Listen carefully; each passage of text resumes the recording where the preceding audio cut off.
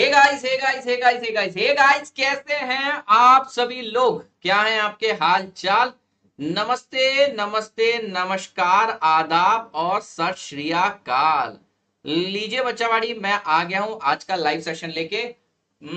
कैसे हैं आप सभी लोग? तो आज का सेशन होगा खास, क्योंकि आज डिमांड और सप्लाई के इक्विलिब्रियम की चर्चा होगी। देखिए, हम लोगों ने डिमांड के सारे ग्राफ्स देख लिए, सप्लाई के भी ग्राफ देख लिए, मेजरली इलास्टिसिटी में तो हमने डिस्कस कर ली। अब हम लोग डिस्कस करने वाले हैं इक्विलिब्रियम के बारे में। इक्विलिब्रियम पे एक दो क्वेश्चन तो बन ही जाते हैं। अब ये कोई भी चैप्टर से पूछ सकते हैं, चाहे आप इसे चैप्टर नंबर 2 डिमांड सप्लाई वाला चैप्टर बोलिए, या फिर कई बार ये चैप्टर नंबर 7 में भी क्रॉस रेफरेंसिंग देके चैप्टर नंबर 9 में भी क्रॉस रेफरेंसिंग दे देते हैं। तो बच्चों को एक कंसोलिडेटेड वीडियो चाहिए रहता है एक ही जगह पे, जहां पर सारा डिमांड और सप्लाई के इक्विलिब्रियम की चर्चा हम करते हैं। तो आइए आज चर्चा करेंगे डिमांड एंड सप्लाई के इक्विलिब्रियम की। ग्राफ बहुत सारे बनाएंगे यहाँ पर, और सारे पॉसिबल केसेस को हम यहाँ पर डिस्कस करेंगे। कन्वीनियंस के लिए डिमांड और सप्लाई कर को स्ट्रेट लाइन डिमांड कर कंसिडर करेंगे। तो राधे राधे ग्रीव जी, कैसे हैं आप सब लोग? सब कुछ गुरुम ही, सब मामला गुरुम ही। Yes, Radhe Radhe Guru ji. Guru ji, Radhe Radhe.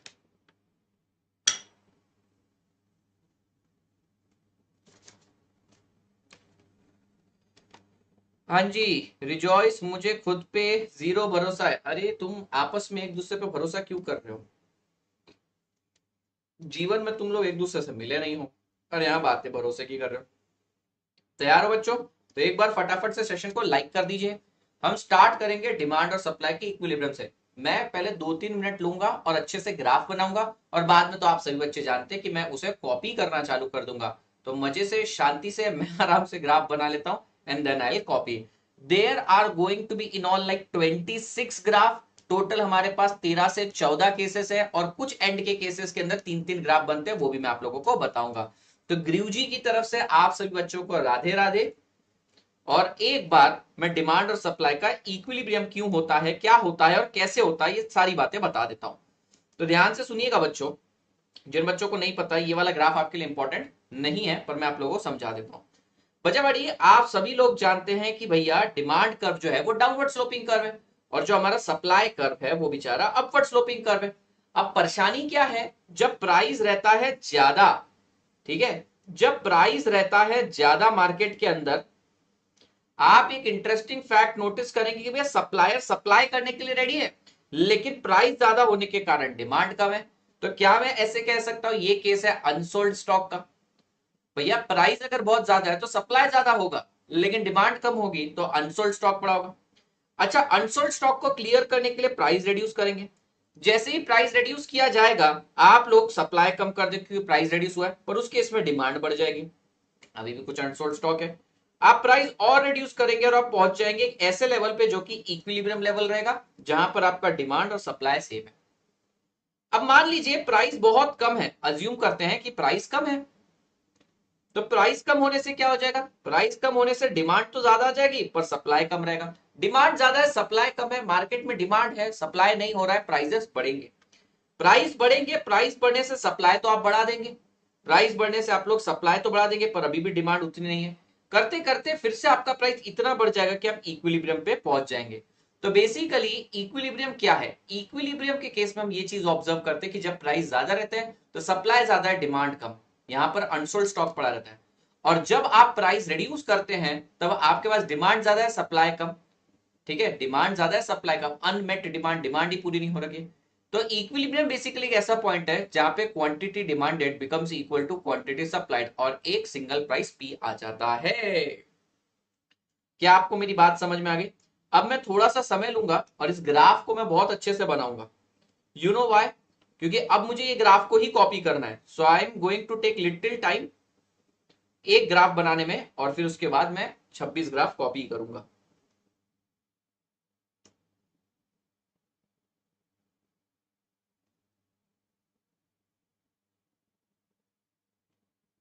Hmm.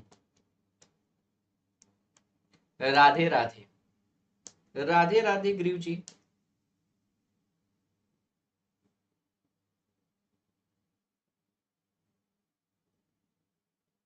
Let's say this is your demand curve.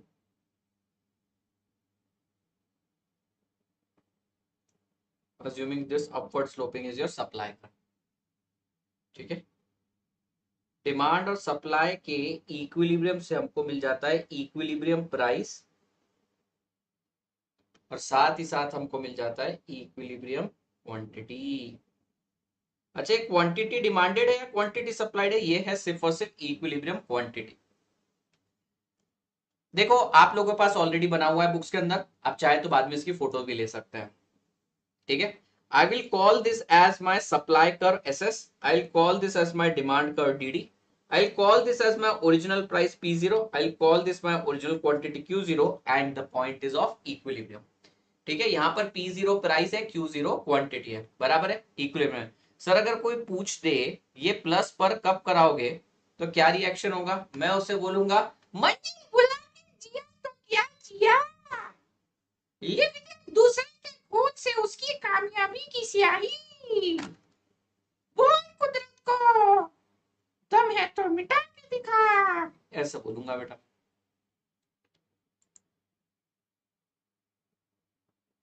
ठीक है, अब मैं इन ग्राफ को कॉपी करूंगा। ठीक है, हम लोगों को क्या निकालना है? हम लोगों को इक्विलिब्रियम प्राइस और इक्विलिब्रियम क्वांटिटी के बारे में चर्चा करनी है।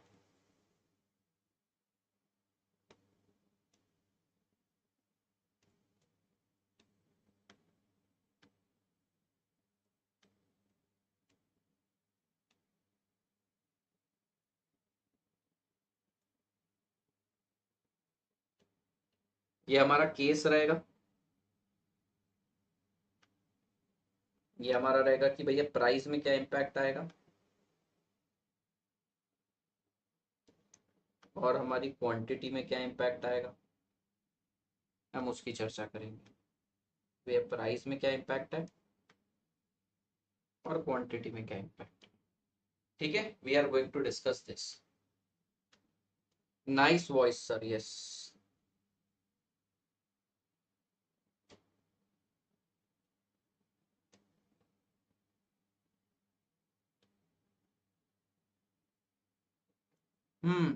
एक काम करते हैं, थोड़ा और सजा लेता हूँ। आप बोलेंगे सर आप टाइम कितना, आपको तो इतने सारे ग्राफ बनाने रहे। भैया मुझे कोई ज्यादा ग्राफ नहीं बनाने, मैं एक ग्राफ बनाऊंगा और बाकी सारे सब सब सब कॉपी करूंगा, don't worry.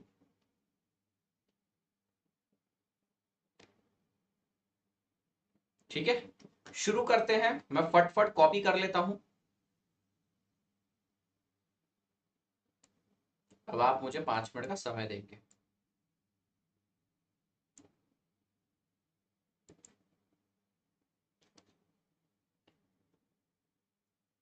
Better viewing experience के लिए अगर कोई बच्चा रिकॉर्डेड देख रहा है तो इस वीडियो को थोड़ा आगे के लिए स्किप कर सकता है, जब तक मैं ये सारे कॉपी ना कर लूं। Copy and paste and paste.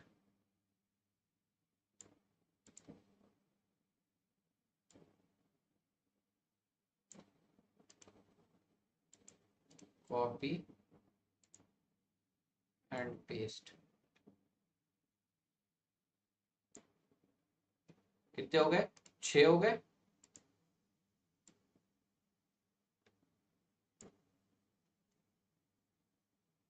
ठीक है, 6 हो गए, 9 हो गए, 12 हो गए, 15 हो गए, 18 हो गए, 21 हो गए, और 3 एक्स्ट्रा स्पेयर में बना देता हूँ।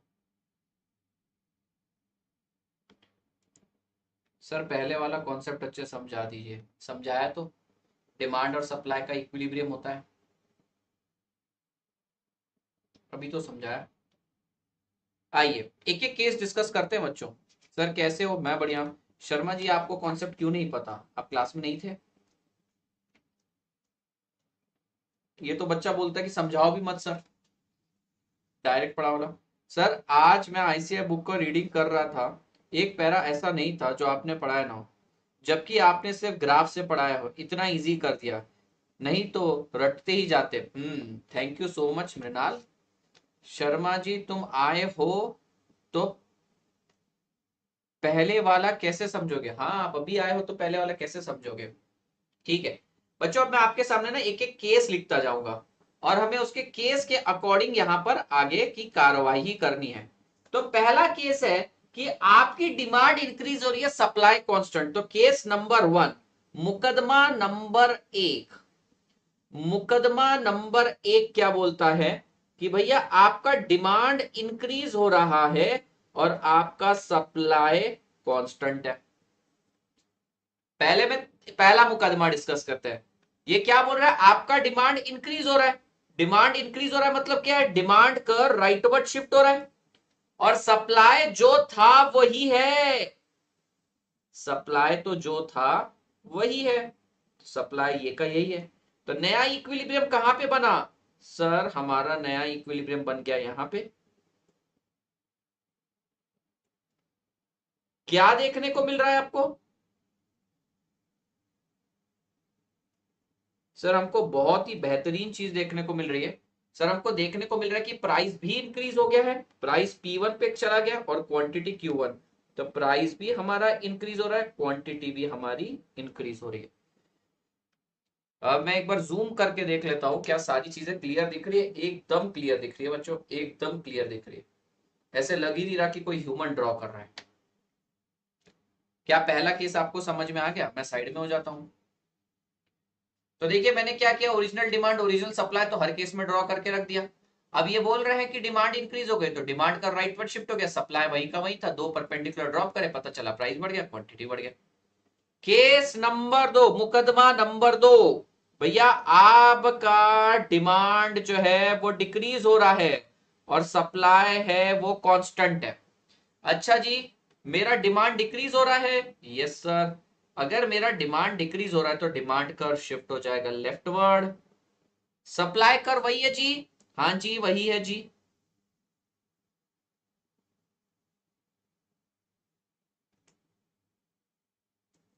ठीक है जी।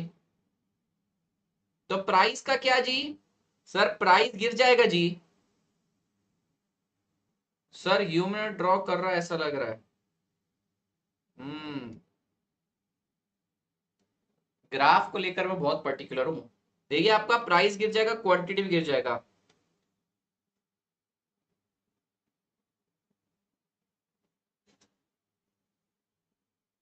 टॉपिक का नाम पता है ना, इक्विलिब्रियम।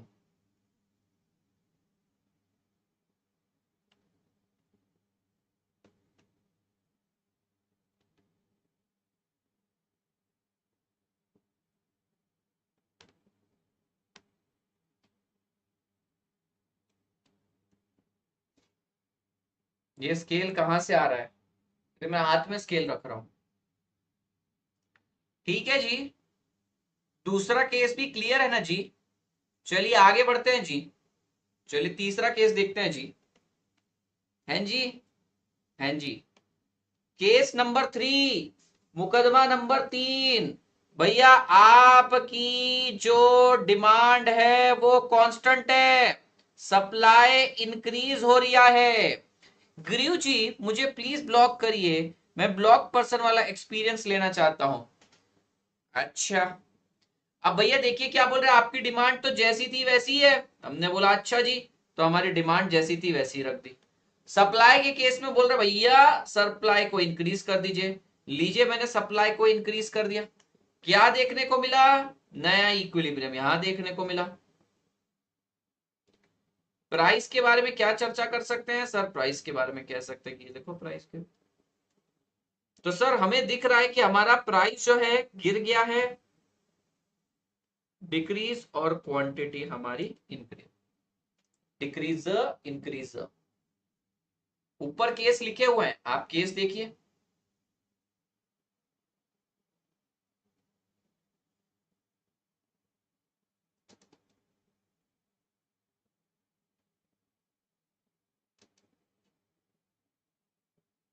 और डार्क कर लेते पेन की, एक ही कलर यूज करते हैं, डार्क रेड ज्यादा सही रहता है देखने में। और थोड़ा सा थिक बना देते हैं इसको। सर मैं बार बार सप्लाई को इंक्रीज उल्टा सीधा कर देता हूँ, डिक्रीज भी बाहर की तरफ ले जाओ वो इंक्रीज है, अंदर की ओरिजिन की तरफ लेकर आओ वो डिक्रीज है। Case 3 price decrease quantity increase. Clear है जी? देखिए आप बनाइए, तब तक मैं बचे हुए केस लिखता हूं जी।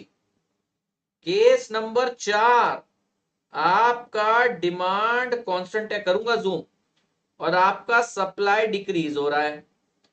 Case number 5, demand increase supply increase, but increase in demand is greater than increase in supply. Case number 5, demand increase supply increase, demand increase more supply increase. बताता हूं। केस नंबर 6, डिमांड भी increase supply भी increase, पर demand increase less supply increase more. आइए ये देखिए sir, demand constant है, supply decrease हो रही है। ओके सर, डिमांड कांस्टेंट है रे, ये डिमांड कांस्टेंट है रे भैया, और तुम्हारा सप्लाई डिक्रीज हो रहा है, मारो डीक रहा हो, सप्लाई डिक्रीज हो रहा है। इक्विलिब्रियम कहां देखने को मिल रहा है सर? यहां।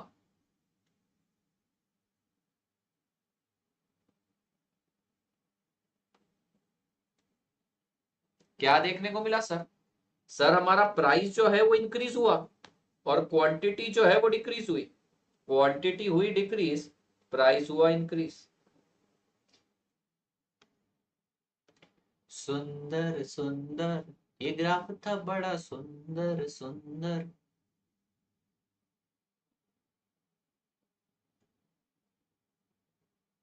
Quantity increase, quantity price increase, quantity decrease. मजा आ रहा है। ओए मेरा जूस कहाँ है? अगला वाला खास है, ध्यान से देखिएगा सभी बच्चों, प्यार से। डिमांड भी इंक्रीज होगा, सप्लाई भी इंक्रीज होगा, पर डिमांड थोड़ा ज्यादा इंक्रीज होगा। क्या मतलब सर? ये देखिए डिमांड ये रहा, इसको इंक्रीज करो लेकिन डिस्टेंस थोड़ा ज्यादा बढ़ा दो। सप्लाई दिख रहा है आपको? सप्लाई को भी इंक्रीज करो पर ज्यादा नहीं, थोड़ा सा। क्या देखने को मिल रहा है सर? देखो डिमांड भी इंक्रीज किया, सप्लाई भी इंक्रीज किया, पर डिमांड को ज्यादा इंक्रीज कर दिया। डिमांड को मैंने ज्यादा इंक्रीज कर दिया। क्या देखने को मिल रहा है? प्राइस बढ़ गया सर।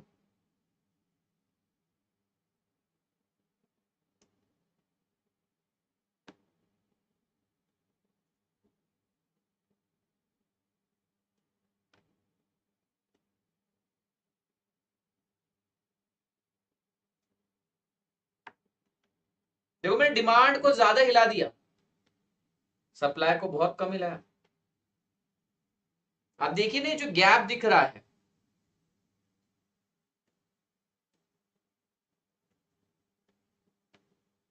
ये जो गैप है ये ज्यादा लिया है, और ये जो गैप है कम लिया है।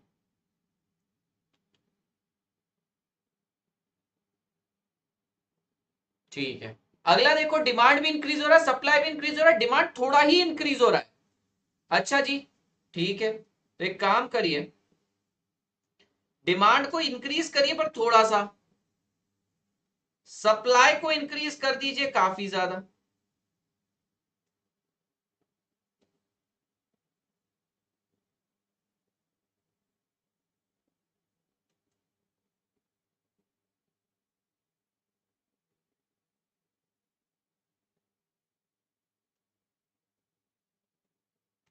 क्या कंक्लूजन देखने को मिली सर? कंक्लूजन देखने को मिली कि हमारा प्राइस गिर गया, क्वांटिटी बढ़ गई।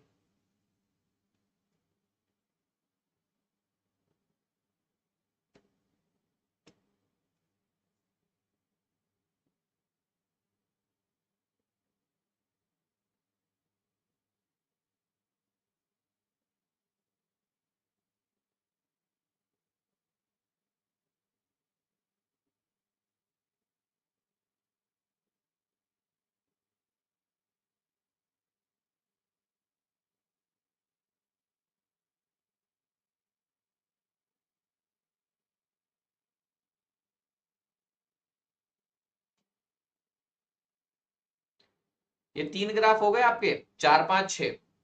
कोई डाउट इसमें?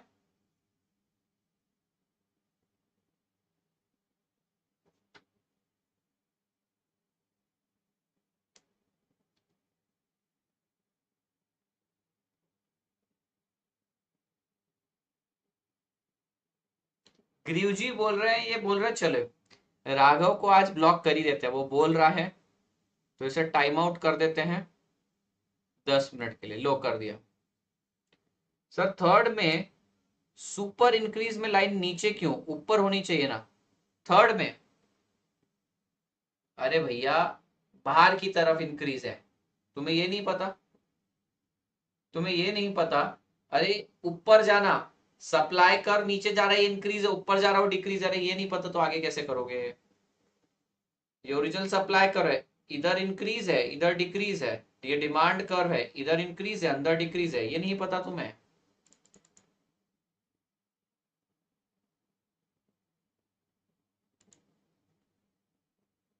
बताओ ग्रीव जी तुम्हारी कैसे मदद करेंगे?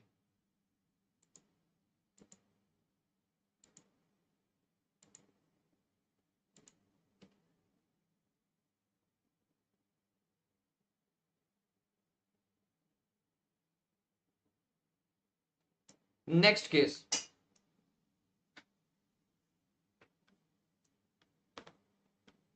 Case number 7। both decrease but decrease in demand is more, demand decrease more, supply decrease। 8वां, डिमांड भी डिक्रीज सप्लाई भी डिक्रीज, पर सप्लाई थोड़ा ज्यादा गिर रहा है, तो इस बार दोनों को गिराइएगा। लेकिन पहले केस में डिमांड को ज्यादा गिरा दो भैया, देखो मैंने डिमांड को कितना ज्यादा गिरा दिया। दूसरे केस में मैं डिमांड को थोड़ा सा ही गिराऊंगा, ठीक है। सप्लाई भी गिर रहा है, लेकिन जो केस नंबर 7 है उसमें आप देखो कि सप्लाई गिर तो रहा है, सप्लाई गिर रहा है थोड़ा सा, यहां पर सप्लाई गिर रहा है बहुत ज्यादा, फॉल हो रहा बहुत भयंकर। नए इक्विलिब्रियम के गजब नजारे।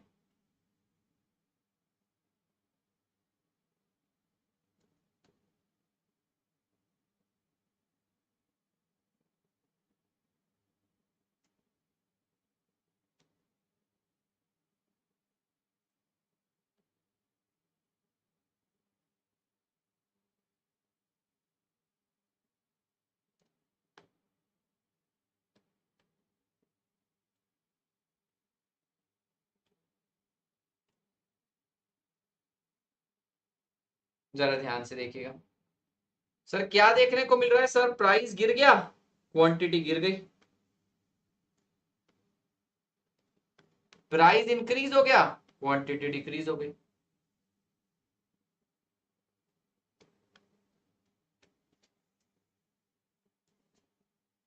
मन करे तो बता दिया कुछ खाने का। अच्छा पढ़ लो बे पढ़ लो। सुंदर वो हसीना बड़ी सुंदर सुंदर। थैंक यू ग्रीव जी। ओए मजा आ रहा है पापा। ग्रीव जी सब समझ आ रहा है।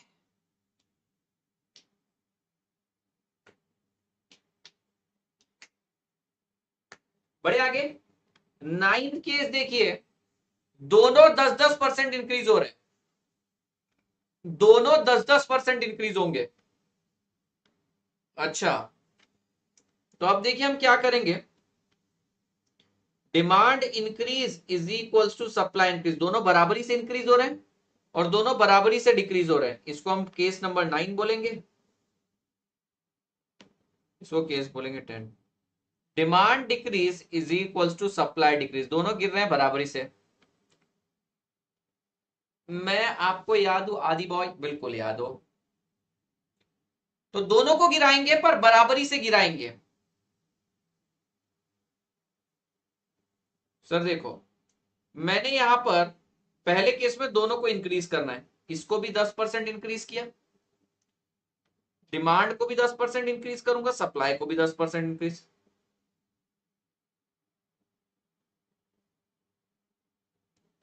अब एक बार नहीं, दोनों को गिराएंगे। देखो मैंने इसको गिराया अंदाजे से, और अब डिमांड को भी उतना ही गिराऊंगा।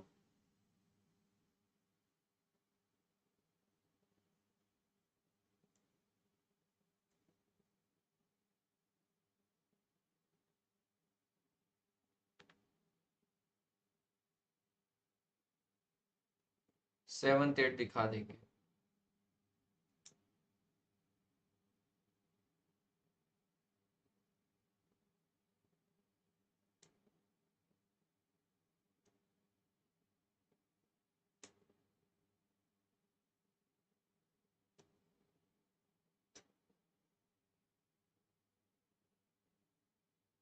देखिए क्या कंक्लूजन देखने को मिले सर। देखिए डिमांड को भी इंक्रीज किया, सप्लाई को भी इंक्रीज किया, दोनों को बराबरी से इंक्रीज किया। तो हमें कंक्लूजन देखने को मिल रही है, प्राइस जो है वो कांस्टेंट है, क्वांटिटी इंक्रीज हो रही है। और अगर मैं डिक्रीज करता हूं, दोनों को ही बराबरी से डिक्रीज करता हूं, तो प्राइस कांस्टेंट है, क्वांटिटी डिक्रीज। ओए पापा, मजा आ रहा है, लेकिन ये बच्चे लाइक क्यों नहीं करते? पापा, सेशन में बच्चे लाइक नहीं कर रहे हैं, मैं रो दूंगा, रो दूंगा।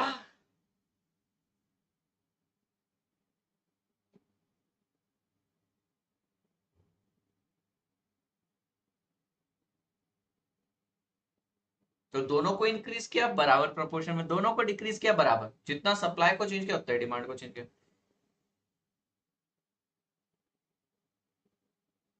सर 10 मिनट हो गए, तेरे को तो 10 मिनट के लिए फेंका था मैंने बाहर, फिर आ गया उठ के, ये अलग ही लड़का है।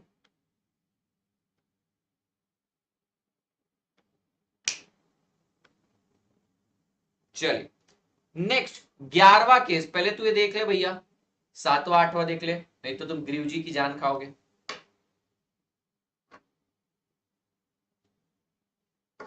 जैक आ गया होगा, भैया बच्चे मुझे बुलाते हैं, देख लो, बहुत मजा आएगा, ओली को भी बुलाएंगे, बहुत दुखी हूँ भाई। अरे ये क्या हो गया? चलिए 9 10 हो गया, लावन पे आइए, लावन लावन लावन। हाँ सर लावन बताइए, लावन लावन। लावन के लिए हम कलर यूज करेंगे ब्लू। लावन बोलता है demand increase 10%, supply decrease 10%। Demand increase 10%, supply decrease.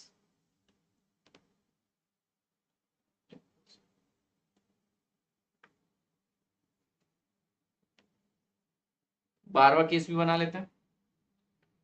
Demand decrease 10%,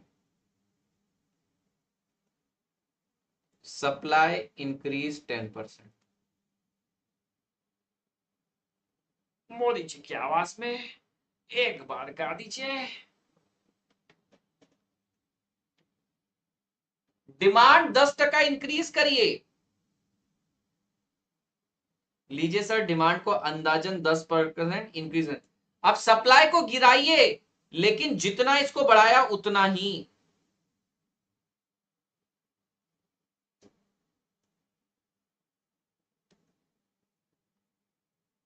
फिर नेक्स्ट केस में डिमांड को गिराइए 10%, डिमांड को गिराइए और सप्लाई को बढ़ाइए 10%।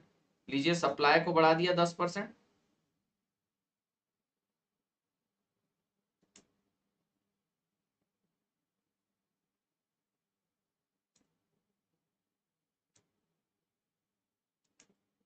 डिमांड को गिरा देते हैं 10%।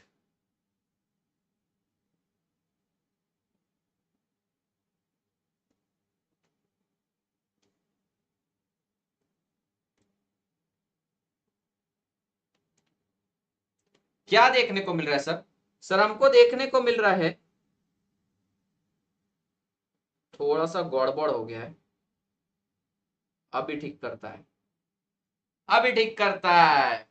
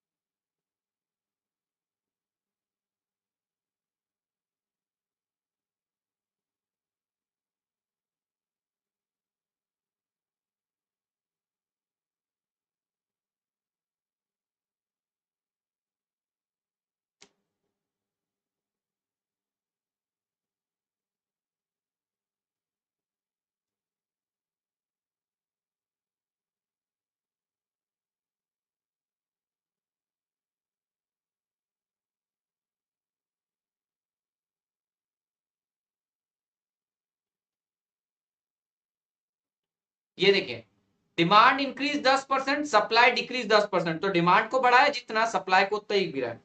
तो भैया देखिए क्वांटिटी कांस्टेंट हो जाएगी और प्राइस जो है वो इंक्रीज हो रहा है। नेक्स्ट, डिमांड को 10% नीचे गिराया, सप्लाई को 10% ऊपर बढ़ाया, क्वांटिटी कांस्टेंट है, प्राइस डिक्रीज हो गया।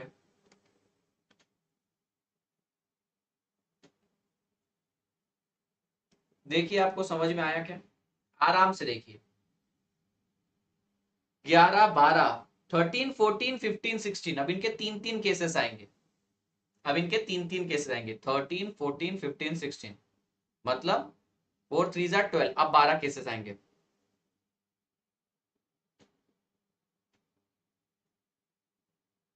हम नहीं करोन एक बार ममता दीदी जी, नहीं नहीं नहीं, पॉलिटिकल कुछ नहीं बोलता। गिरीव जी, मोदी जी की आवाज में गरम है बोल दीजिए। नहीं नहीं नहीं नहीं नहीं नहीं, कोई पॉलिटिकल जोक नहीं मारते अब हम, बच्चे ऑफेंड हो जाते हैं। नहीं नहीं नहीं, साइड चैट के साइड में ऑप्शन है किस चीज का? 11 केस बताना, डिमांड को बढ़ाया 10% ऊपर ले गया, सप्लाई को गिराया 10% लेफ्टवर्ड ले गया, दो परपेंडिकुलर ड्रॉप किए, दोनों को बराबरी से चेंज किया। हेलो बच्चों, कैसे हैं आप लोग सब? अब केस नंबर 12 देखिए, मुकदमा नंबर 13, मुकदमा नंबर 13 बोल रहा है demand increase supply decrease, demand increase supply decrease, demand increase हो रहा है, सप्लाई डिक्रीज हो रहा है। बेटा इसके तीन केस बनेंगे। अब आप अज्यूम करिए एक बार कि भैया हमारा डिमांड इंक्रीज हो रहा है 10%, जो हमारा डिमांड इंक्रीज हो रहा है वो हो रहा है 10%, हमारा जो डिमांड इंक्रीज हो रहा है वो हो रहा है 10%, सप्लाई गिर रहा है, ये तो बात सही है, पर सर क्या वो सेम प्रपोर्शन में गिर रहा है, क्या वो ज्यादा प्रपोर्शन में गिर रहा है, या वो कम प्रपोर्शन में गिर रहा है? ये तीन केस हमारे पास निर्मित हो जाते हैं।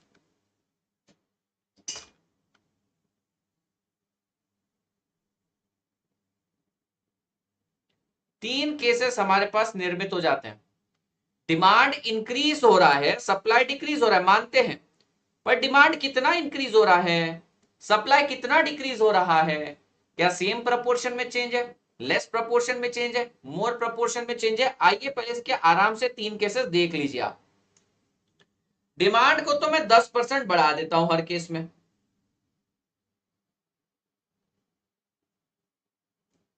फिर से मैंने डिमांड को 10% बढ़ाया,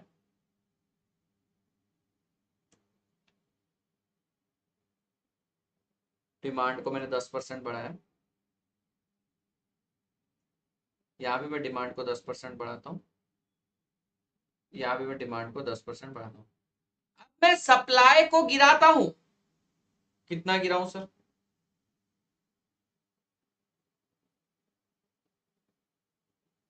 एक बार सप्लाई को थोड़ा सा गिराते हैं,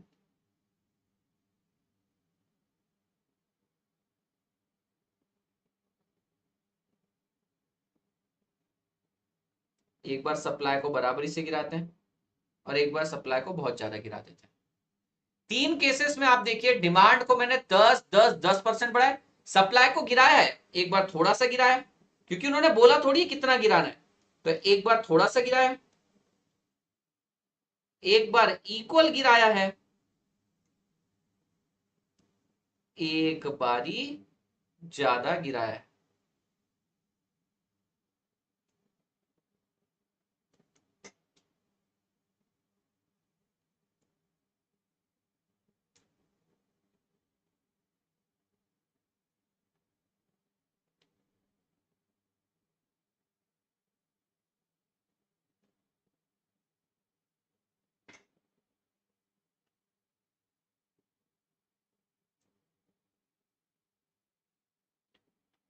सर क्या कंक्लूजन देखने को मिल रही है? सर प्राइस हो रहा है इंक्रीज, क्वांटिटी हो रही है इंक्रीज, प्राइस हो रहा है इंक्रीज, क्वांटिटी हो रही है सर कांस्टेंट, प्राइस हो रहा है सर इंक्रीज, क्वांटिटी हो रही है डिक्रीज। सर मैं कह सकता हूं जो मेरा प्राइस है वो इंक्रीज होगा ही होगा, और जो मेरी क्वांटिटी है वो बता नहीं सकता। इन DETERMINAT, मेरी क्वांटिटी इनडिटर्मिनेट है, यानी कि मैं बता नहीं सकता।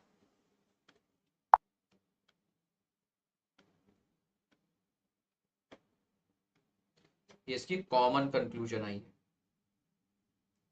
समझ गए। पर तुमने इतना बोल दिया डिमांड इंक्रीज सप्लाई डिक्रीज, पर यार प्रपोर्शन बताइए, सेम प्रपोर्शन में चेंज ला रहे हो, ज्यादा प्रपोर्शन में चेंज ला रहे हो, कम प्रपोर्शन में चेंज ला रहे हो, समझ नहीं आ रहा। तो तीन केस बनेंगे। तो फाइनल आंसर है कि क्वांटिटी बता नहीं सकते, इनडिटरमिनेट है, पर प्राइस तो इंक्रीज होगा ही होगा।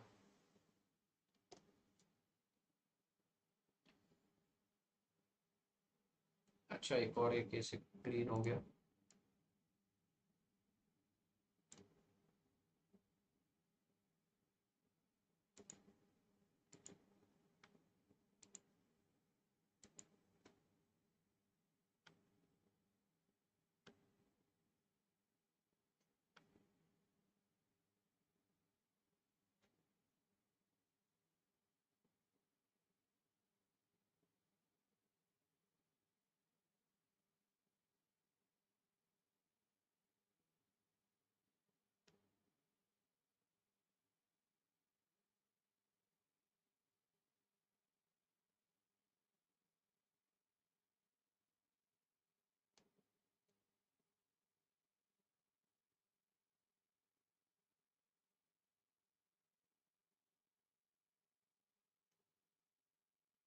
बस ये बोलते हैं डिमांड इंक्रीज सप्लाई डिक्रीज, बताइए क्या केस होगा, तो ये केस आएगा। नेक्स्ट केस देखिए बच्चों, नेक्स्ट केस देखिए।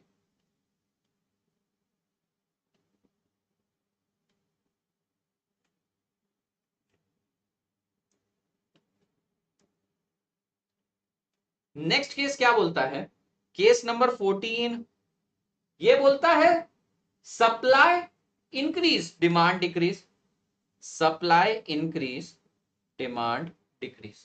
ठीक है भैया, मान लेते हैं कि सप्लाई इंक्रीज हुआ 10% से, हर बार सप्लाई इंक्रीज 10% से, सप्लाई इंक्रीज 10% से। अब डिमांड गिर रहा है, ये भी सच है। तो कितने प्रपोर्शन में, सेम प्रपोर्शन में गिर रहा है सर, ज्यादा प्रपोर्शन में गिर रहा है, कम प्रपोर्शन में गिर रहा है, ये हमारा केस है सर। सेम प्रपोर्शन में चेंज, मोर प्रपोर्शन में चेंज, इक्वल प्रपोर्शन में चेंज, या लेस प्रपोर्शन में। सप्लाई को इंक्रीज कर देते हैं 10% हर केस में। लीजिए, मैं सप्लाई को इंक्रीज कर देता हूं 10% हर केस में। देखिए सप्लाई इंक्रीज कर दिया, सप्लाई इंक्रीज कर दिया, सप्लाई इंक्रीज कर दिया। अब डिमांड को क्या करना है सर, डिमांड को डिक्रीज करिए, लेकिन कितना सर, एक बार थोड़ा सा डिक्रीज करो, एक बार सर बराबरी से डिक्रीज करो, और एक बार थोड़ा ज्यादा ही डिक्रीज करो।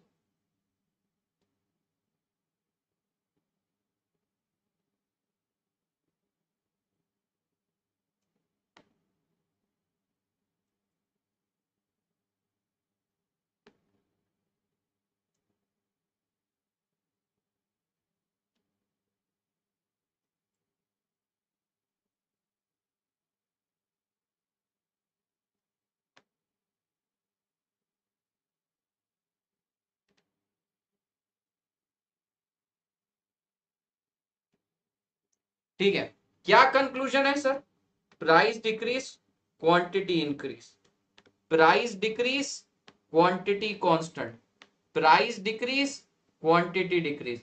सर कॉमन कंक्लूजन ये है, सर हम कॉमन कंक्लूजन ये निकाल सकते हैं कि जो हमारा प्राइस है वो डिक्रीज होगा ही होगा, लेकिन जो क्वांटिटी है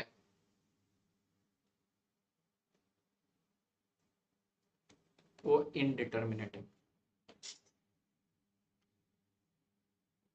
ये रहा तुम्हारा केस।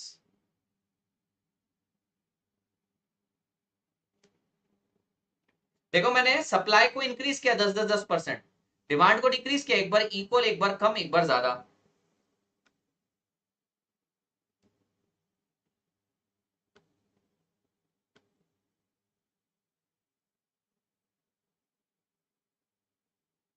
फर्स्ट केस में 0% है डिमांड है।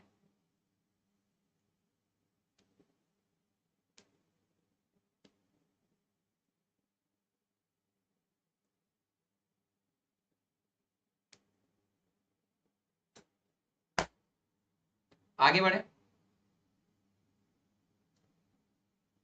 नेक्स्ट है केस नंबर 15। 15 बोलता है डिमांड इंक्रीज सप्लाई इंक्रीज। अच्छा, डिमांड भी इंक्रीज हो रहा है, सप्लाई भी इंक्रीज हो रहा है, पर सर बताया नहीं कितना। अज्यूम करते हैं डिमांड इंक्रीज हो रहा है 10% से, सप्लाई भी इंक्रीज हो रहा है 10% से। एक बार अज्यूम करते हैं डिमांड इंक्रीज हो रहा है 10% से, सप्लाई इंक्रीज हो रहा है ज्यादा 20% से।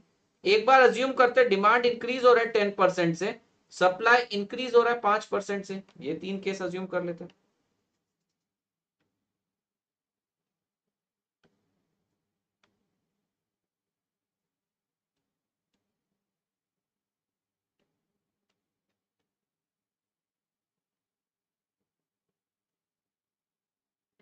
चलिए डिमांड को इंक्रीज करते हैं पहले 10%। लो भैया कर दिया इंक्रीज। आपके पास बुक है ऑलरेडी, आपको पता है क्वेश्चन कैसे आते हैं, और मैंने अभी थोड़ी देर बता दिया यही तो केसेस है, यही इनमें से कुछ पूछेंगे कि भैया डिमांड इतना इंक्रीज हो रहा है, ये इतना डिक्रीज हो रहा है, आपको बताना है क्या इंपैक्ट आएगा। डिमांड इंक्रीज किया 10%, अभी सप्लाई को इंक्रीज करेंगे, पहले तो 10% ही, सॉरी सॉरी पहले कम करेंगे।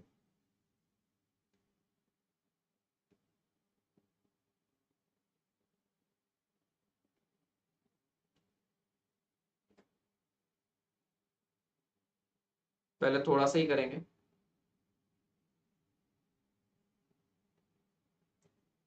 फिर इक्वल करेंगे, फिर ज्यादा करेंगे।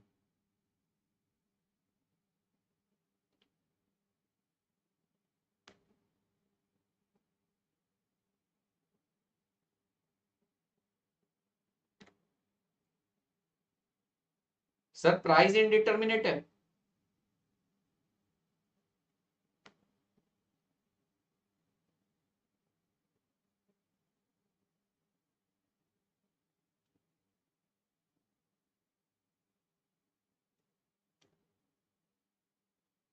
प्राइस इंक्रीज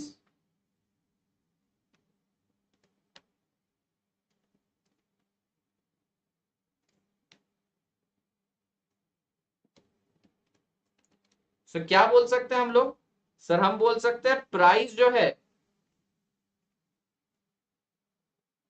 इनडिटर्मिनेट है, लेकिन क्वांटिटी कंपल्सरीली इंक्रीजिंग है। वेरी गुड वेदिका, प्राइस कांस्टेंट, हाँ। तो जब ऐसे केस आते हैं ना, उसके अंदर अंदर तीन केसेस और बनते हैं। आपसे क्वेश्चन है अगर डिमांड इंक्रीज सप्लाई इंक्रीज, बताइए कौन सा केस है। तो फाइनल आंसर आपका आना चाहिए कि भैया हमारा प्राइस इनडिटर्मिनेट है, क्वांटिटी इंक्रीज है।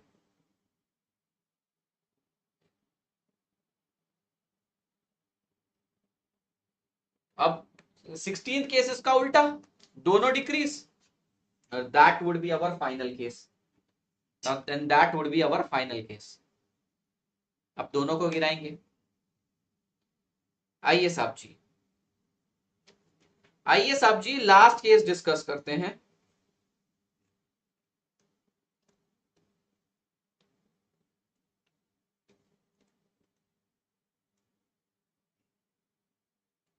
लास्ट केस डिस्कस करते हैं demand decrease supply decrease.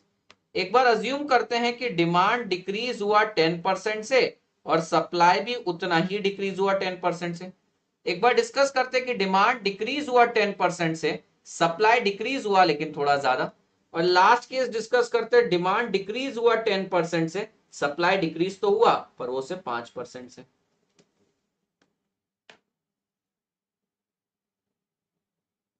Raghav बहुत बात कर रहे हो बेटा तुम।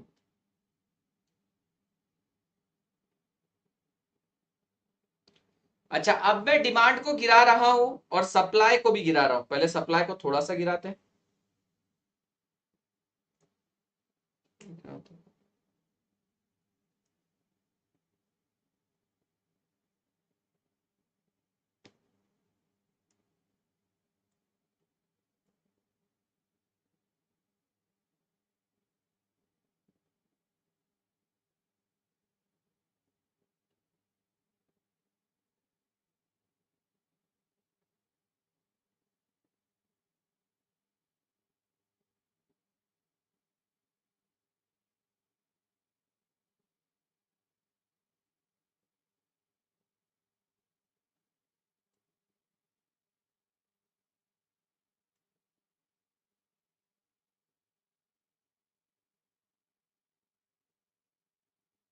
देखिए डिमांड को गिराया, सप्लाई को भी गिराया। अगर आप ध्यान से देखेंगे डिमांड भी गिर गया, सप्लाई भी गिर गया, दोनों ही गिर गए।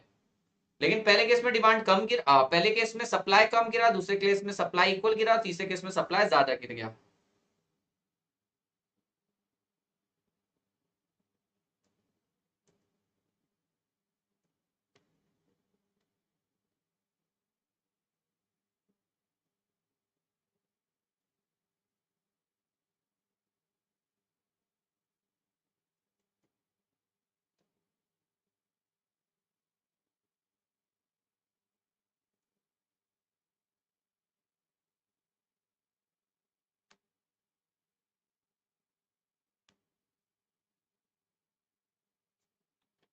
सर केसेस देखने को मिल रहे हैं कि price decrease, quantity decrease, price constant, quantity decrease, price increase, quantity decrease.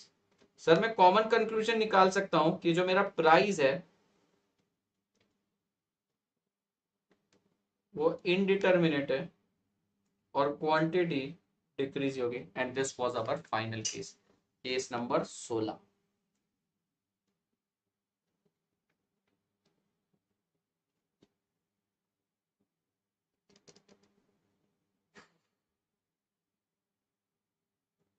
Price decrease, quantity increase.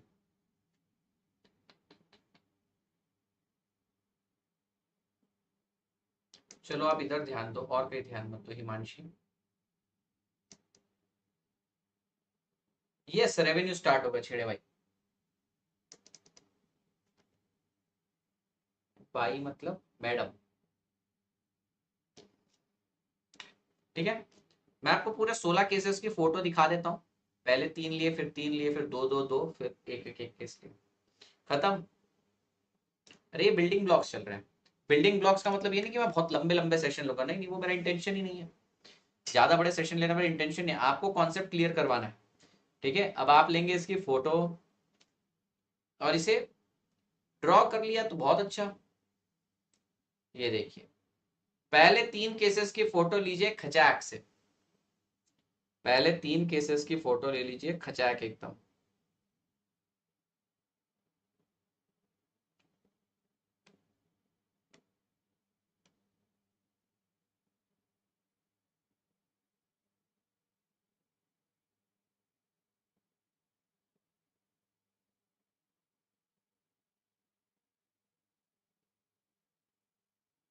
ले लिए पहले 3 केसेस, जल्दी हो जाएगा। अगले 3 की फोटो ले लीजिए खचाक से।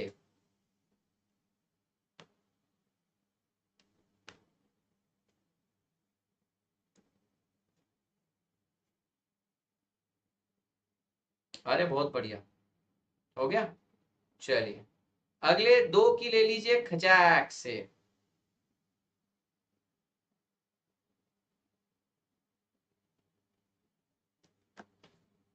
हाँ बाय सर, मैंने बना लिया। अरे वाह, जिसने बना लिया बहुत बढ़िया।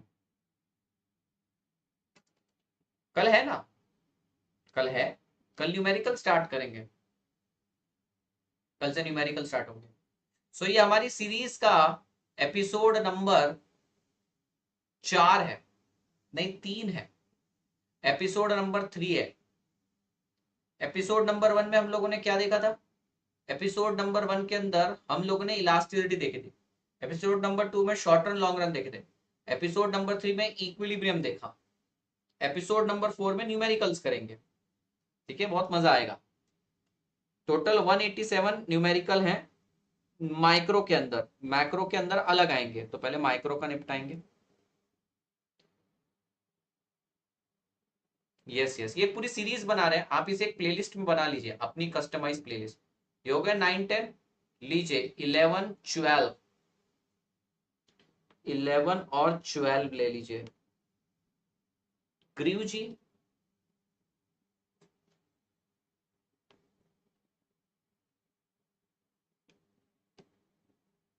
ठीक है। हाँ बच्चों, आप इसे अपनी खुद की प्लेलिस्ट बना लीजिए। इसे एपिसोड 1, एपिसोड 2 ऐसे सीरीज से नाम दे रहा हूं मैं। Sir I have a question, intermediate जो ऑफर चल रहा है वो एक्सटेंड हो सकता है क्या डेट उसकी? मुझे मुश्किल लग रहा है, लास्ट डेट से पहले कर लीजिए। सर मैं सबसे याद तो रहेगा नहीं, ग्राफ बना के याद हो जाएगा। अब देखिए ताटीन, ताटीन देखिए ताटीन, ताटीन की कंक्लूजन भी देखिएगा।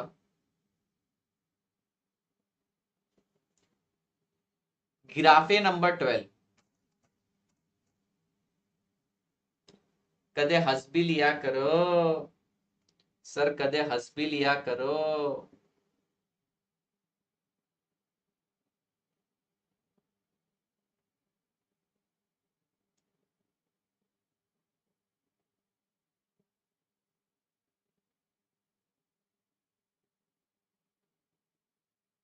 बिल्कुल अवेलेबल है, सारी रिकॉर्डिंग अवेलेबल, कुछ भी बोल रहे हैं।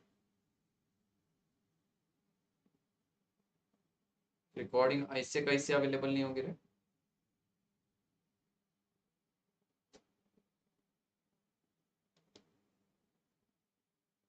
Case number 14, case number 14।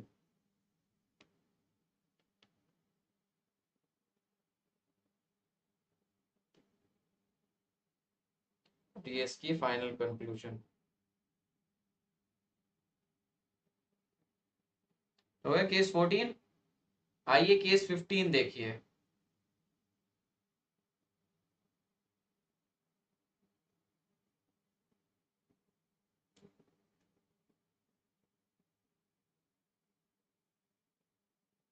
Plus class की बात कर रहे हो, आप किसकी बात कर रहे हो?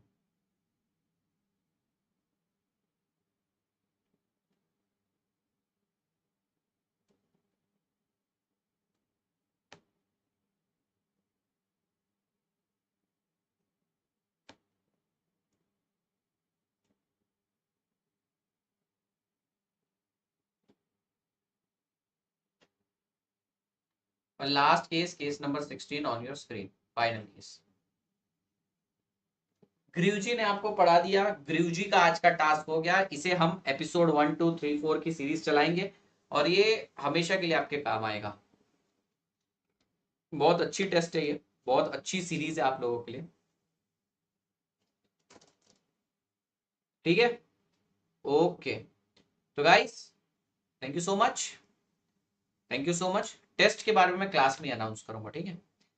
तो टेस्ट होगी चैप्टर ऑफ डिमांड के ऊपर, लेकिन उसकी चर्चा प्लस क्लास में करेंगे, ऑफकोर्स। पढ़ लीजिए। प्रणाम सर, आशीर्वाद दीजिए अच्छे से अपना जैन अरे हो जाएगा, बिल्कुल हो जाएगा। यस यस यस दीक्षा, यस। जी जी जी, ठीक है, okay. Thank you so much. Episode 3 over. कल जो एपिसोड आएगा वो एपिसोड रहेगा 4, और वो एपिसोड चलेगा लंबा। उसके अंदर हम यूटिलिटी के सारे फॉर्मूले, यूटिलिटी के सारे न्यूमेरिकल, डिमांड के फॉर्मूले, डिमांड के न्यूमेरिकल, सप्लाई के फॉर्मूले, सप्लाई के न्यूमेरिकल, प्रोडक्शन के फॉर्मूले, प्रोडक्शन के न्यूमेरिकल, कॉस्ट के फॉर्मूले, कॉस्ट के न्यूमेरिकल, रेवेन्यू के फॉर्मूले, रेवेन्यू के न्यूमेरिकल करेंगे। मतलब ये जो न्यूमेरिकल सीरीज है 3-4 दिन चलेगी, 3-4 सेशन खाएगी, ठीक है ना? क्यों नहीं है? ठीक है, तब तक के लिए bye, tata, take care. Okay okay okay okay. मैंने बोला बच्चों अभी हम शॉर्ट रन का लॉ पढ़ने वाले हैं। अभी शॉर्ट रन का लॉ पढ़ेंगे। शॉर्ट रन के अंदर टोटल प्रोडक्ट, एवरेज प्रोडक्ट और मार्जिनल प्रोडक्ट की हम लोग यहां पर चर्चा करेंगे। दोस्तों शॉर्ट रन क्या होता है? Short run basically is a period of time which is too short for the firm. कर दिया।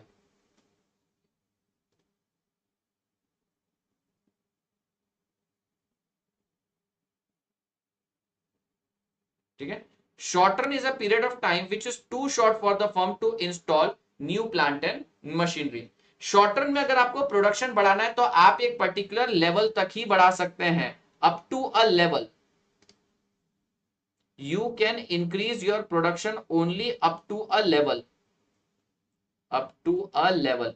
सर ऐसा क्यों? क्योंकि सर देखिए यहां पर समस्या क्या है, मैं आपको बताता हूं। यहां पर हमारे पास जो फिक्स फैक्टर ऑफ प्रोडक्शन है वो फिक्स्ड है, हम उसे इंक्रीज नहीं कर सकते एक लेवल के बियॉन्ड। ठीक है, तो यहां पर देखिए जो फिक्स फैक्टर ऑफ प्रोडक्शन है, लेट्स से कि मेरा कैपिटल है, तो कैपिटल मेरा हर बार फिक्स्ड रहेगा, अज्यूम करते हैं 1-1। लेकिन अगर मुझे प्रोडक्शन बढ़ाना है तो मैं लेबर को बढ़ा सकता हूं 1 2 3 4 5 6 7, so on and so fourth. तो अगर आप शॉर्ट टर्म में हैं और अगर आप प्रोडक्शन को बढ़ाना चाहते हैं तो आपको एक फैक्टर फिक्स अज्यूम करना पड़ेगा। आप सिर्फ और सिर्फ एक फैक्टर को चेंज कर सकते हैं जिसे हम वेरिएबल फैक्टर बोलेंगे। तो आप देख रहे हैं कंटिन्यूअसली यहाँ पे प्रपोर्शन चेंज होते जा रहा है, इसलिए इस लॉ को लॉ ऑफ वेरिएबल प्रपोर्शन के नाम से भी जाना जाता है। ठीक है, लॉ ऑफ वेरिएबल प्रपोर्शन पढ़ने वाले हम लोग।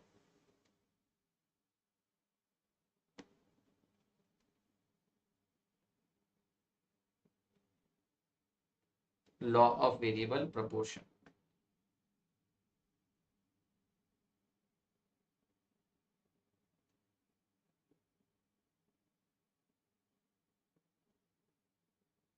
ठीक है, ओके। अब इसमें हम तीन कर्व बनाएंगे, तीनों को अलग कलर से डिनोट करता हूं मैं आपके लिए। एक बनाता हूं मैं पहले टोटल प्रोडक्ट कर्व।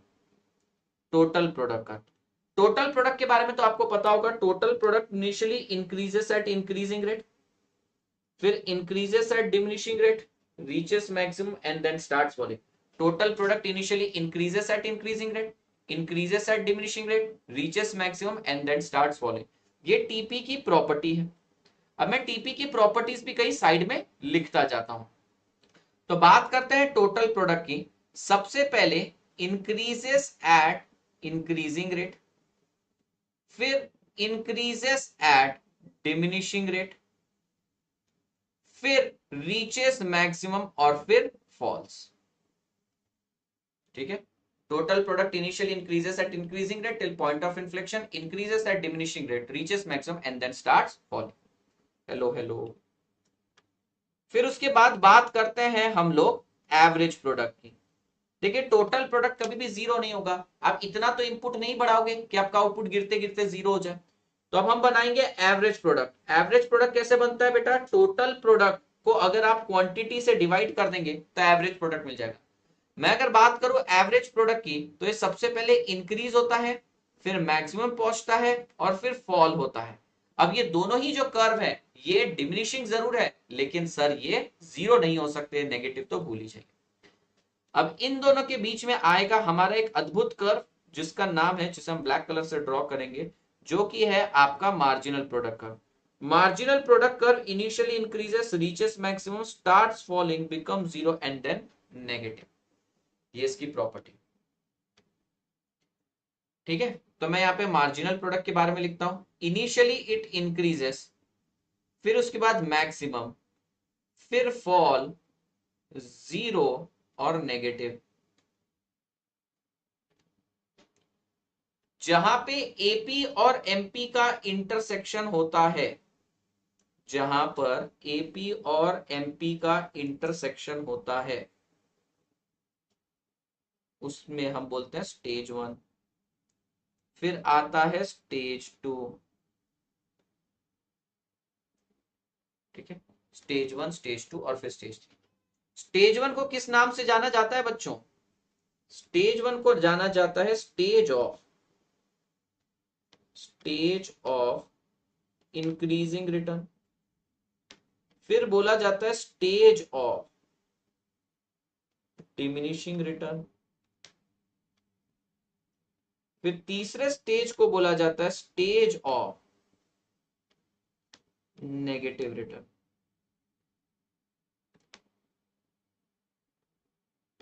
हम ऑपरेट करते हैं स्टेज टू में, इसलिए स्टेज टू का एक और नाम है स्टेज ऑफ ऑपरेशन।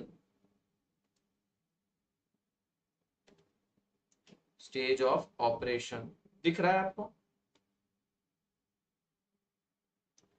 अच्छा, स्टेज वन और स्टेज थ्री को कलेक्टिवली क्या बोला जाता है? स्टेज वन और स्टेज थ्री को कलेक्टिवली क्या बोला जाता है? मैं यहां पर लिख देता हूं। Stage one and stage three are collectively called as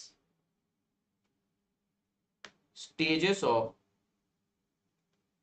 economic nonsense और ऑब्लिक absurdity। सर ऐसा क्यों? क्योंकि हम ऑपरेट करते हैं सिर्फ और सिर्फ स्टेज वन में, इसलिए सॉरी स्टेज टू तक, इसलिए स्टेज वन पे रुक जाना और स्टेज थ्री में जाना अब्सर्डिटी है, नॉनसेंस है। स्टेजेस ऑफ इकोनॉमिक नॉनसेंस या stages of economic absurdity. I hope यहां तक आपको समझ में आ रहा है। अच्छा, जहां पर एपी और एमपी का मिलन होता है यहां पर स्टेज 1 कंप्लीट होता है, जहां पे टीपी मैक्स या फिर एमपी 0 होता है वहां स्टेज 2 और उसके बाद स्टेज 3 होता है। क्या आपको मेरी बात समझ में आ गई? क्या आपको मेरी बात समझ में आ गई? जहां पे आपका total product sorry marginal product maximum रहता है, अगर वो पॉइंट को मैं लेकर चले जाऊं टोटल प्रोडक्ट पे तो मुझे मिल जाता है पॉइंट ऑफ इन्फ्लेक्शन, मुझे मिल जाता है पॉइंट ऑफ इन्फ्लेक्शन।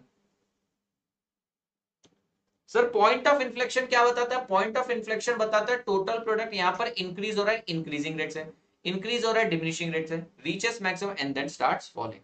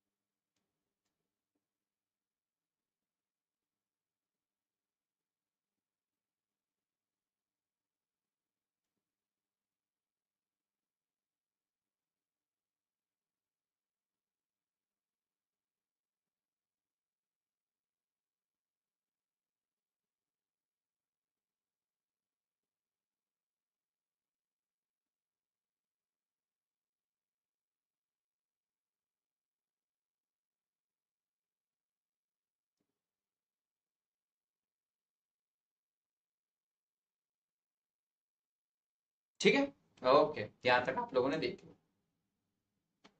चलिए यहां तक सबको सब समझ में आया? यहां तक सबको सब समझ में आ गया? क्या रिपीट करना है? पॉइंट ऑफ इन्फ्लेक्शन क्या है? Point of inflection is that point on TP curve where MP is maximum. Point TP curve पर है पर यहां पर एमपी मैक्सिमम होता है। ठीक है, अब हम इनका को रिलेशन पढ़ते हैं और पहले इंडिविजुअल रिलेशन भी देखते हैं। इनिशियली देखिए total product increases at increasing rate, कब तक? पॉइंट ऑफ इन्फ्लेक्शन तक टोटल प्रोडक्ट जम के बढ़ता है। फिर टोटल प्रोडक्ट बढ़ता है धीमी गति से, total product increases at diminishing rate, reaches maximum and then starts falling. AP initially increases, increase होते हुए कभी तो मैक्सिमम पहुंचेगा फिर उसके बाद गिरना चालू। देखिए टीपी और एपी दोनों जीरो और नेगेटिव नहीं हो सकते। तीसरा, when marginal product increases reaches maximum starts falling becomes zero and then negative। ये तो इंडिविजुअल चर्चा हो गई इनका। अकाउंट्स का भी लाइव है, मेरा होने ही वाला है, मेरा हो ही जाएगा 10-15 मिनट में, पर अकाउंट्स का कैसे लाइव हो सकता है इस टाइम पे? ठीक है, वो तो मुझे नहीं पता, मेरा तो रेगुलर ही होता है। अब जरा नेक्स्ट देखिए, अब हम कोरिलेशन देखेंगे। When total product increases at increasing rate, marginal product increases। क्या आपको दिख रहा है?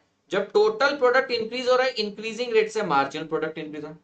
जब टोटल प्रोडक्ट इंक्रीज हो रहा है डिमिनिशिंग रेट से, टोटल प्रोडक्ट इंक्रीज हो रहा है डिमिनिशिंग रेट से, मार्जिनल प्रोडक्ट फॉल हो रहा है।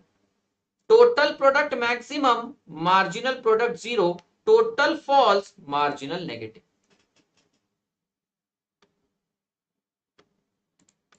मैं रिपीट कर रहा हूं, जब टोटल प्रोडक्ट इंक्रीज हो रहा है इंक्रीजिंग रेट से पॉइंट ऑफ इन्फ्लेक्शन तक, मार्जिनल प्रोडक्ट इंक्रीजेस।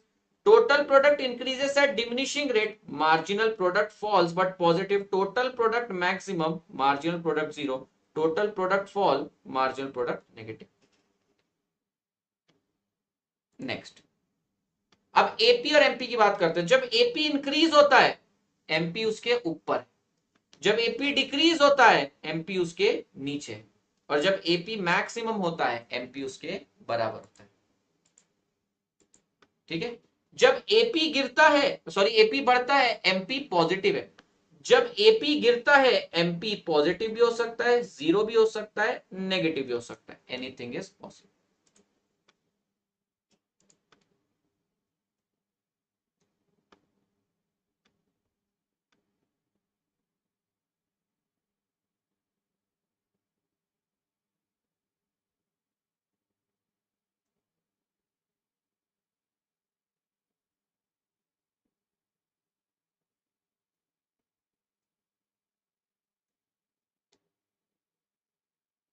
समझ गया? ओके, मैं आपकी क्वेरीज ही देख रहा था, आई गेस आपको यह क्लियर हो गया होगा।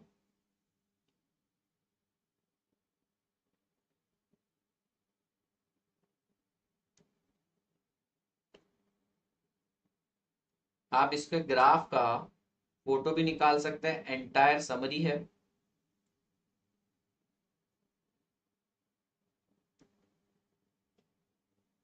ठीक है, क्लियर ग्रीव जी? अच्छा जी, चलिए क्लियर है। स्टेज 2 को स्टेज ऑफ ऑपरेशन भी कहा जाता है। इस पे इतने ही क्वेश्चंस बनते हैं। अच्छा जी, ये तो हो गया शॉर्ट रन का लॉ। अब बारी है लॉन्ग रन के लॉ की। लॉन्ग रन के लॉ में, लॉन्ग रन के लॉ को बोलते हैं लॉ ऑफ, लॉन्ग रन के लॉ को बोलते हैं law of return to scales. Scales का मतलब होता है लार्ज स्केल प्रोडक्शन। देखिए, ये जो लॉन्ग रन का लॉ है, अब हम बात कर रहे हैं लॉन्ग रन के लॉ की।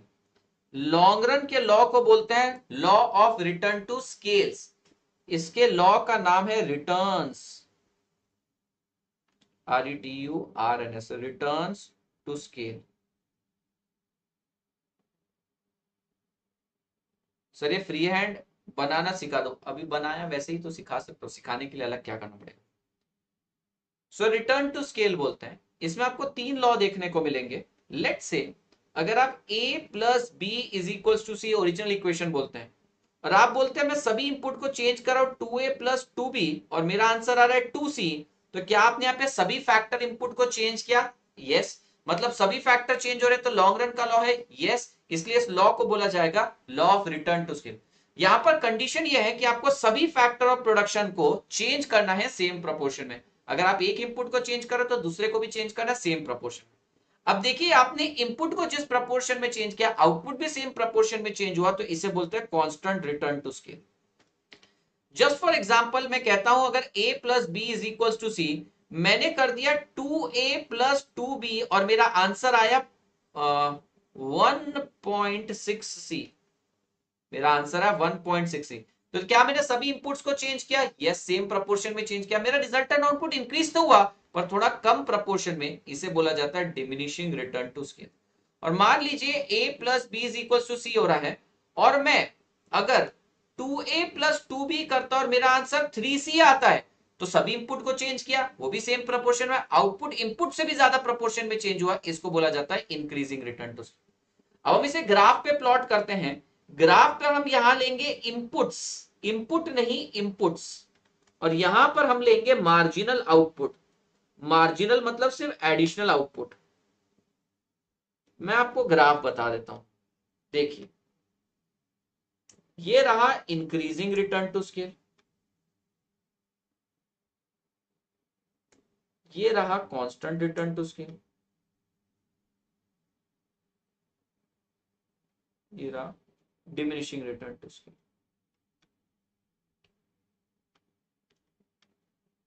Increasing return to scale, constant return to scale, diminishing return to scale. अच्छा, एक और चीज होती है नेगेटिव रिटर्न टू स्केल, वो भी समझ लीजिए। अगर मैं बोलता हूं कि भैया a plus B is equal to C है, और मैं 2a प्लस 2b तो कर रहा हूं, सभी इंपुट्स को सेम प्रोपोर्शन में चेंज कर रहा हूं, मेरा आउटपुट पहले से भी कम हो गया, इसे बोला जाता है नेगेटिव रिटर्न टू स्केल। मतलब देखिए, डिमिनिशिंग और नेगेटिव में बच्चा कंफ्यूज होता है। डिमिनिशिंग में क्या होता है, आउटपुट इंक्रीज तो होता है बट कम प्रपोर्शन में, बढ़ तो रहा है, 1 की जगह 1.6 हो रहा है पर थोड़ा सा। और सर यहां पर बढ़ तो रहा नहीं है, उल्टा कम हो रहा है पहले के मुकाबले, इसे बोला है diminishing return to, negative return to scale. Negative return to scale का ग्राफ नहीं बना रहा हूं, पर वो एक्सिस के नीचे कहीं ऐसा नेगेटिव में रिफ्लेक्ट होगा। तो ये आपका लॉन्ग रन का लॉ। अब एक और चीज मैं बताता हूं, आपने कॉब डगलस प्रोडक्शन फंक्शन देख रखी है, Q is equal to K L to the power A C to the power 1 minus A. अगर आप इन एक्सपोनेंट्स को ऐड करते हैं और इन एक्सपोनेंट्स को जोड़ के आंसर आता है 1, अगर आप इन एक्सपोनेंट्स को ऐड करते हो और इनको आंसर आता है जोड़ के 1, यानी कि एक्सपोनेंट्स को जोड़ के आंसर आता है 1, तो उसे बोला जाता है constant return to scale. Exponents को जोड़ते और आंसर आता है ग्रेटर देन 1, इसे बोला जाता है इंक्रीजिंग रिटर्न टू स्केल। अगर एक्सपोनेंट को जोड़ के आंसर लेस देन 1 आता है तो उसे डिमिनिशिंग रिटर्न टू स्केल। ये भी आपको याद रखना पड़ेगा। तो जो आपको original Cobb Douglas production function दे रखी है, उसमें सिर्फ कांस्टेंट रिटर्न टू स्केल की बात करें, क्योंकि a प्लस 1 माइनस ए 1 होता है। पर अगर कोई भी आप दूसरी प्रोडक्शन फंक्शन लेते हैं तो उसमें इंक्रीजिंग रिटर्न भी आ सकता है, डिमिनिशिंग रिटर्न भी आ सकता है, कांस्टेंट रिटर्न भी आ सकता है। डिपेंड करता है एक्सपोनेंट की पावर को आप ऐड करते हैं, खोपड़ी की पावर को ऐड करके।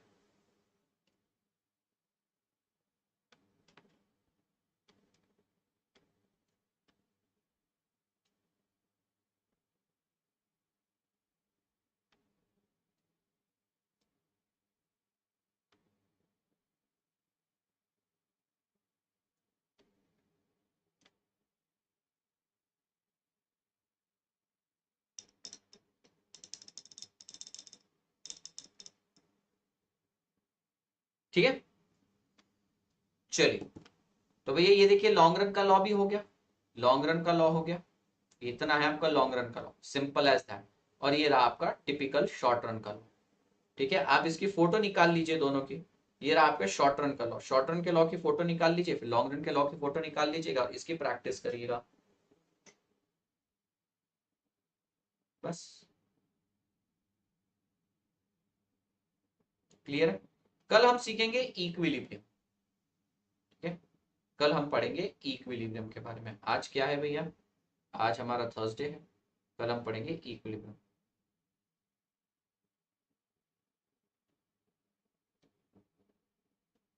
सर कल क्लास, अब मेरे को पता ही नहीं था बेटा, आई डेंट हैव एनी क्लू, पता होता तो मैं ले लेता। हम्म, किसी को कोई क्वेरी है तो मुझसे पूछ सकता है, सेशन तो इतना ही है। ये रहा आपका लॉन्ग रन का लो।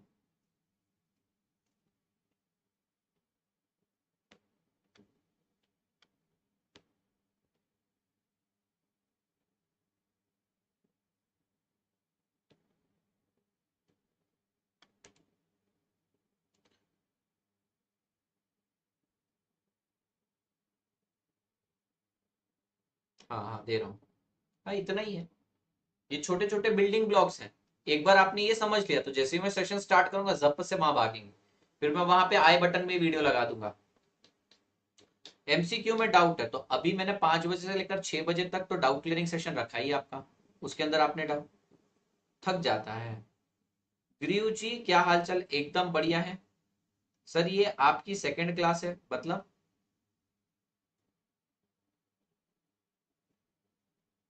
थोड़ा मैं साइड में हट जाता हूँ।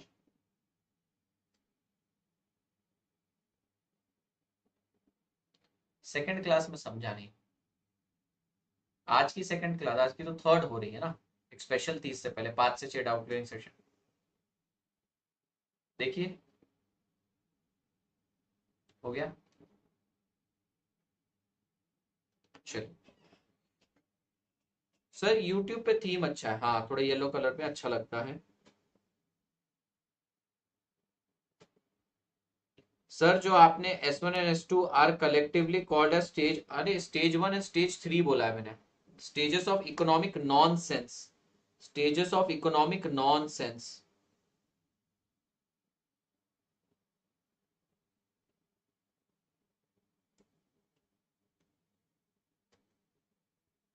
Stage 1 and stage 3 are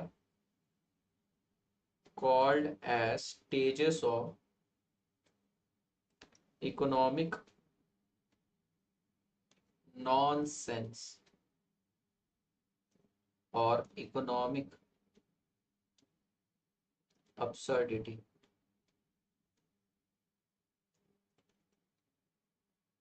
doubt class हो गई ना, 5 से 6 बजे लिया तो, भावना परमार जी हो तो गई, रोज ही रहती है क्लास, ऑफ कोर्स कल भी रहेगी क्लास।